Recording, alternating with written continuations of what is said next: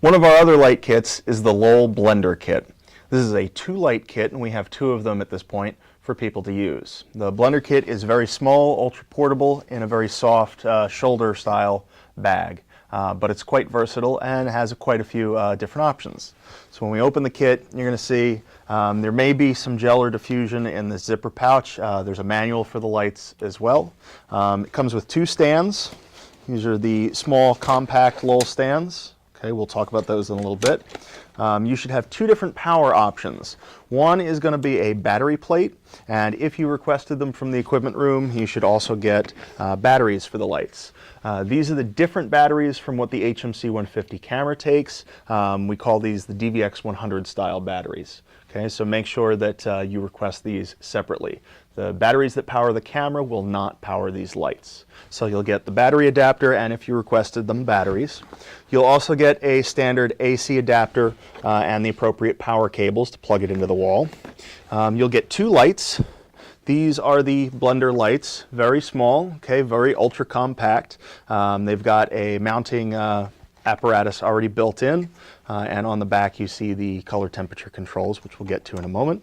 There are also plastic inserts, so you should at least have one, the clear plastic in, just as a protector so nothing falls into the lights, and then one of the diffusion panels can be in. You do have a choice of those. So you have 2 of these lights.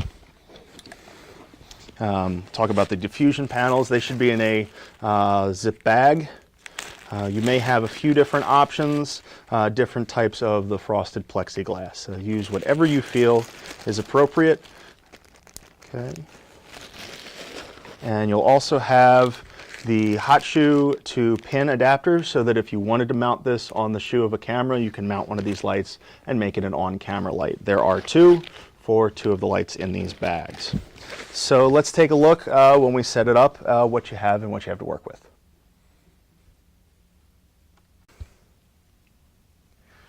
The stands in the kits, you have 2 of these ultra compact stands. Open them up, spread the legs. These are the type that you need to kind of spread in an awkward kind of fashion. Don't have them flush against the ground, or else you can kick and run into them. So these will be just like that. And for these lights it's okay, since it is such a lightweight light, you don't really need a heavy-duty stand for that purpose.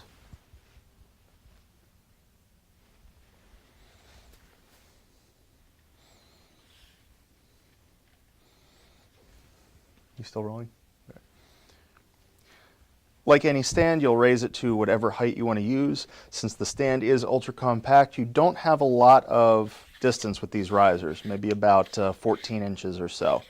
So keep that in mind when you're going up. So here's a decent workable height for us. I'm going to pick one of the Blender lights. Okay. Loosen up our adjustment here, and then I'm going to put it straight down on top of the fixture.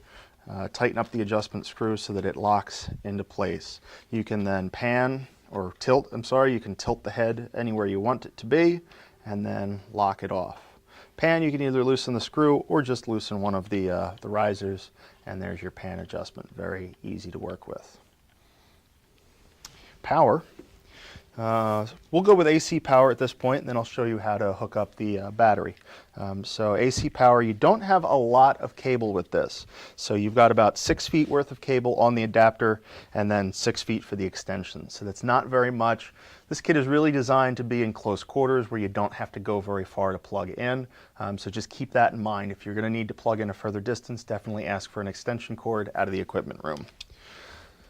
The plug on the side of the power adapter does have 2 little prongs on the side of it, so there's only one way that this will fit into the light, 2 little risers. So make sure that when you put it in, you line it up appropriately or it won't go in. Don't try to force it.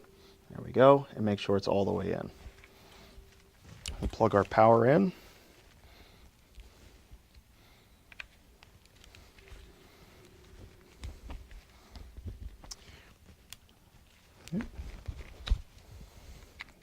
There we go, that's better.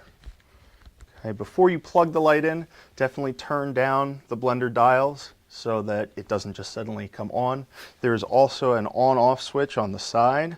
So on this side, there's an on-off switch. The 0 means that it's off. The 1 or the dash means that it's on, so we definitely want this in the 0 or off side. Depending on the light and the make of the light, some of the switches you throw in the direction of the light to turn it on, some you throw in the direction of the light to turn it off. Trust how it's labeled, not the position of the switch. So go with the label. We'll plug it in.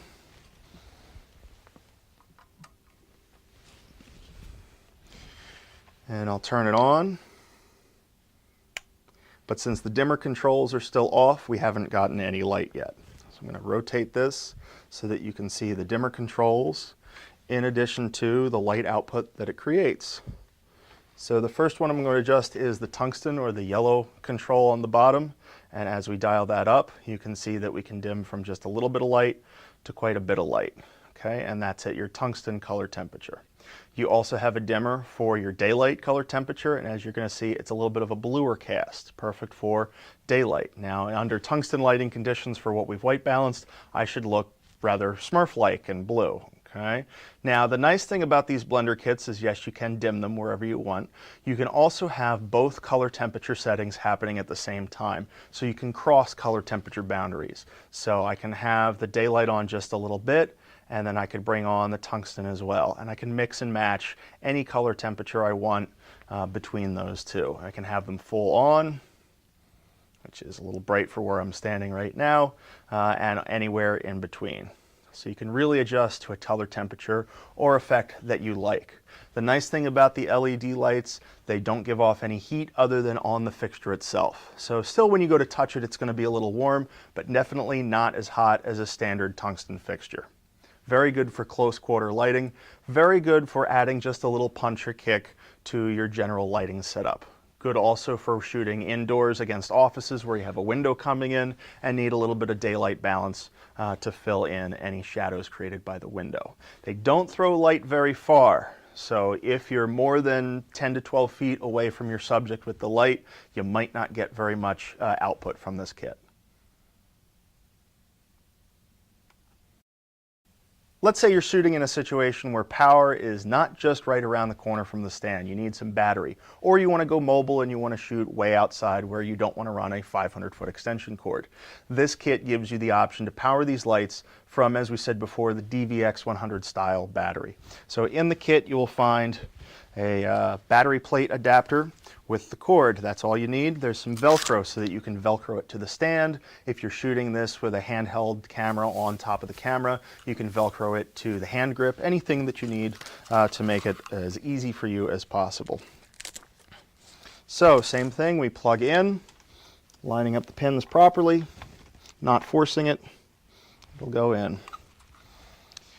The cord is not very long on these, so if you let it drop to the ground, you might have the tendency for the power cable to pull out of the light. So what I would recommend is Velcroing it or even gaff taping it to the stand somewhere once you have the battery mounted. So the DVX100 style battery we've got from the equipment room. It's got the blue tag on it to tell us that it has been used, so I'm definitely going to pull that off. And then when you mount the battery, make sure that you push it in the down direction so that the pins at the bottom of the battery line up with the pins in the plate. It may be a little tight, and that's okay. And we're in. Okay.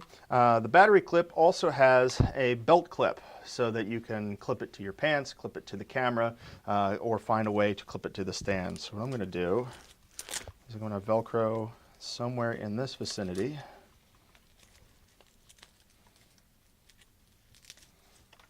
And then I'm going to clip it to the Velcro. So it kind of just lays like that so that there's no stress on any of the connections, there's no stress at the light itself. So now you're 100% powered from battery. Procedure is the same, so you flip the switch on, making sure that all the dials are completely off, which they are. Flip the switch on, and if our battery is charged, we should get some light. So here's our tungsten light.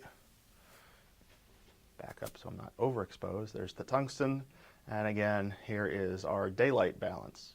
So since I'm inside, I'm going to use tungsten. You should get at least a full hour per battery without a problem. In our preliminary tests, we had the lights going for at least an hour and noticed no loss of intensity, no artificial dimming because of loss of battery power. So we haven't done a test to see how long they actually last, but you're guaranteed an hour with these batteries.